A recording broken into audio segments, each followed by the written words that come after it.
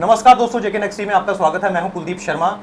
दोस्तों, पिछले दिनों जम्मू कश्मीर ने एक बड़ी त्रासदी झेली। आपने देखा कितनी जगहों पे बादल फटे, जिसके बाद बाढ़ भी आई, जिससे सबसे ज़्यादा नुकसान आम लोगों को तो हुआ है, उनके घर वगैरह तो टूटे हैं, लेकिन कहीं ना कहीं खेती बाड़ी और किसानों को भी बहुत नुकसान हुआ है।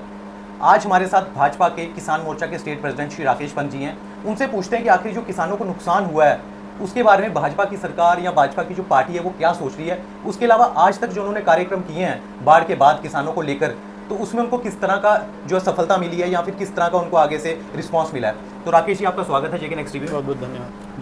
जी राकेश जी, पिछले दिनों जो इतनी बड़ी बाढ़ आई है, आपने देखा होगा कितनी बड़ी त्रासदी आई और किसानों को भी फसलों को काफ़ी नुकसान हुआ है। तो हम ये जानना चाहते हैं आखिर की भाजपा की तरफ से क्या क्या प्रयास हुए हैं किसानों को लेकर कि किसानों की जो फसलें हैं उनको मुआवजा मिले या फिर जो उनकी खेती बाड़ी खराब हुई है, पशुओं को नुकसान हुआ है, तो अभी तक आपने क्या क्या कार्यक्रम किए हैं और क्या आगे आपकी योजना है।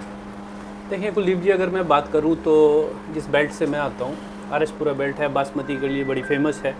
और इस समय क्योंकि धान की जो खेती है वो चल रही थी, धान जो है वो लगा हुआ है हमारे खेतों में। उसके बाद अगर आप कठुआ यहाँ अखनूर चले जाएं तो अखनूर से लेकर अभी जिस रास्ते से मैं आया हूँ, बहुत बड़ी त्रासदी किसानों ने झेली है, मैं ये समझता हूँ। और यहाँ तक सरकार की बात है, क्योंकि स्टेट में तो हम नहीं हैं जी, और ये दायित्व बनता था स्टेट गवर्नमेंट का कि वो किसानों को खास करके एक फौरी इमदाद जो है वो देती है, लेकिन उसमें वो पूरी तरह से विफल हुए हैं, राजनीति अपनी कर रहे हैं। केंद्र सरकार की यहाँ तक बात है, प्रधानमंत्री श्री नरेंद्र मोदी किसानों के साथ हमेशा खड़े रहे और ख़ास करके जम्मू जो है, जम्मू कश्मीर की अगर हम बात करें, चाहे वो कश्मीर के हमारे जो बागवानी के क्षेत्र में किसान हो या जम्मू के क्षेत्र में जो हमारी फसलें हैं जो हम लोग उगाते हैं, उनके साथ खड़े रहे हैं। तो अभी भी पिछले दिनों आपने देखा होगा कि माननीय कृषि मंत्री भारत सरकार श्रीमान शिवराज सिंह चौहान जी का आगमन हुआ था और उन्होंने वहाँ आकर सिचुएशन को खुद एसेस किया है। ग्राउंड ज़ीरो पर वो आए हैं और किसान भाइयों से उन्होंने बात करी है और उसके बाद स्थिति का आंकलन किया है कि कितना बड़ा नुकसान किसानों को हुआ। आपने देखा होगा कि बहुत ज़्यादा बारिश की वजह से जो बाढ़ आई है वो अपने साथ सिर्फ पानी नहीं, वो ये जो पत्थर है वो हो गया, उसके बाद रेत जो है वो लेकर आई है, जो किसानों की ज़मीनों के ऊपर बिछ गए लगता है मुझे। तो उसको ठीक करने के लिए समय चाहिए, उसको एक बहुत बड़ी राशि की आवश्यकता है, जिसका आंकलन करने के लिए वो भी आए थे और माननीय गृह मंत्री जी भी उसके पहले जम्मू का दौरा कर चुके हैं। तो मैं ये समझता हूँ कि केंद्र सरकार जो प्रयास कर रही है अपने किसानों के लिए बड़ी सजग है और वो आकलन करने के बाद मुझे लगता है कि जिस तरह 2014 में जब कश्मीर में यही स्थिति उत्पन्न हुई तो बहुत बड़ी राशि जो है वो दी गई। तो 209 करोड़ रुपया जो देने के बाद मुझे लगता है कि अब किसानों के लिए भी इस तरह का कोई पैकेज यहाँ केंद्र की सरकार घोषित करेगी, ऐसा मुझे पूरी उम्मीद है।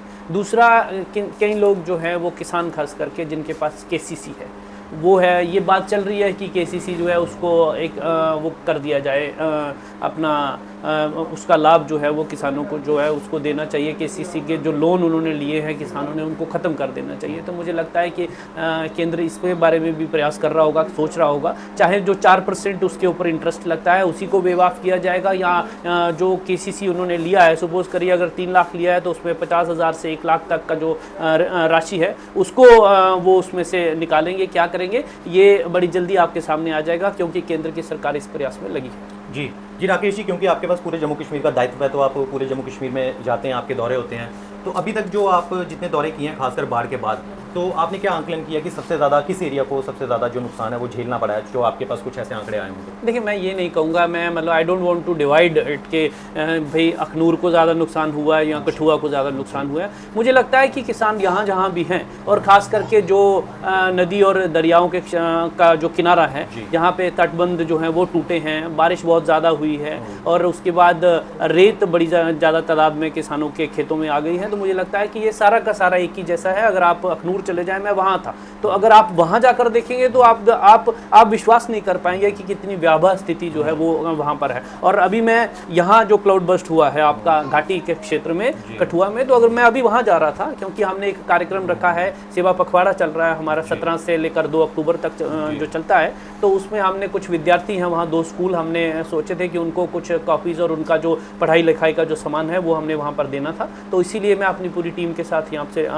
उधर जा रहा था। तो वहाँ पे भी वैसा ही नुकसान हुआ है जैसा अखनूर में है या जैसा आरएसपुरा में है। बहुत बड़ी त्रासदी है और मैं ये समझता हूँ ये कि हिमाचल और उत्तराखंड से भी बड़ी त्रासदी है। तो इसलिए वैसा अब हम ये अगर कहें कि नहीं कठुआ में ज़्यादा है तो अखनूर में कम है, या अखनूर में ज़्यादा है तो आरएसपुरा में कम है, तो ये एक बीच में एक डिवाइड पैदा करने वाली बात होगी। मुझे लगता है कि किसान यहाँ है उनको नुकसान, भारी नुकसान हुआ। जी राकेश जी, क्योंकि आपने कहा कि सरकार ने अभी तक खास कदम नहीं उठाए हैं किसानों के लिए, तो कहीं ना कहीं एलजी गवर्नमेंट के पास भी थोड़ा बहुत पावर्स तो हैं ही उनके पास भी, तो क्या आपकी तरफ से या बीजेपी की तरफ से, किसान मोर्चे की तरफ से कोई टीम एलजी के पास गई हो, उनसे मिली हो, या फिर कुछ उनके लिस्ट सौंपी हो कि नुकसान, किसानों के नुकसान की, ऐसा कुछ अभी हुआ है आपकी तरफ से प्रयास? देखिए, जहाँ तक एडमिनिस्ट्रेशन का सवाल है वहाँ पर आपने देखा होगा कि तहसीलदार से लेके और पटवारी तक, और अगर थोड़ा ऊपर चले जाएँ तो अपना डीसी साहब जो हैं वो उनसे लेकर डिपकॉम उनके भी ऊपर चले जाएँ, तो सारे अपने प्रयासों में लगे हुए हैं। कल मेरे क्षेत्र में डीसी साहब का आगमन था और उन्होंने कुछ जहाँ जहाँ पे पावर रिस्टोर नहीं थी उसको रिस्टोर किया है,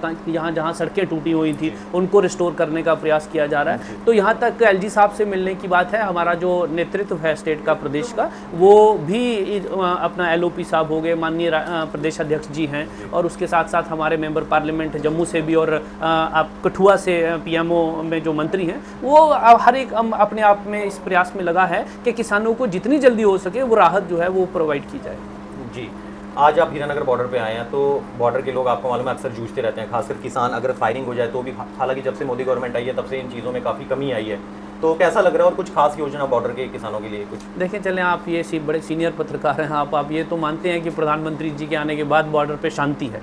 जैसे पहले दौड़ लगी रहती थी, एक गठरी हमारे सिर पर होती थी, दूसरे बच्चे जो हैं वो ऐसे पकड़े होते थे, तो हम लोग दौड़ते रहते थे। लेकिन 2014 में जैसे प्रधानमंत्री जी आए, उन्होंने कहा कि गोली का जवाब जो है वो गोले से दिया जाएगा, तो कम से कम वो शांति है। हाँ, ये एक प्राकृतिक त्रासदी है जो अभी हुई है, जिससे किसान जो है वो बेहाल है। और ये जो बॉर्डर का क्षेत्र है, मैं समझता हूँ कि मैं भी जिस क्षेत्र से आता हूँ, अरनिया सेक्टर सामने पड़ता है, बॉर्डर का ही क्षेत्र है, तो मैं इनकी समस्याओं को भलीभांति जानता हूँ कि किन समस्याओं से बॉर्डर के लोगों को दो चार होना पड़ता है। तो मुझे लगता है कि हम लोग इस प्रयास में हैं कि किसानों को और आम जन जो है जिसको नुकसान हुआ है, अगर कई लोगों के घर जो है वो टूट गए इस बारिश में, कच्चे मकान ढह गए, उसके बाद किसानों का नुकसान हुआ, तो यहाँ तक प्रधानमंत्री आवास योजना की बात है, उनके मुतालिक जितने भी जो घर टूटे हैं वो हो गया। उसके बाद कुछ एडमिनिस्ट्रेशन प्रयास कर रही है कि जो इनको पूरा एसेस करने के बाद एक मुआवजा अपना वो इनको दिया जाए। तो मुझे लगता है कि बहुत जल्दी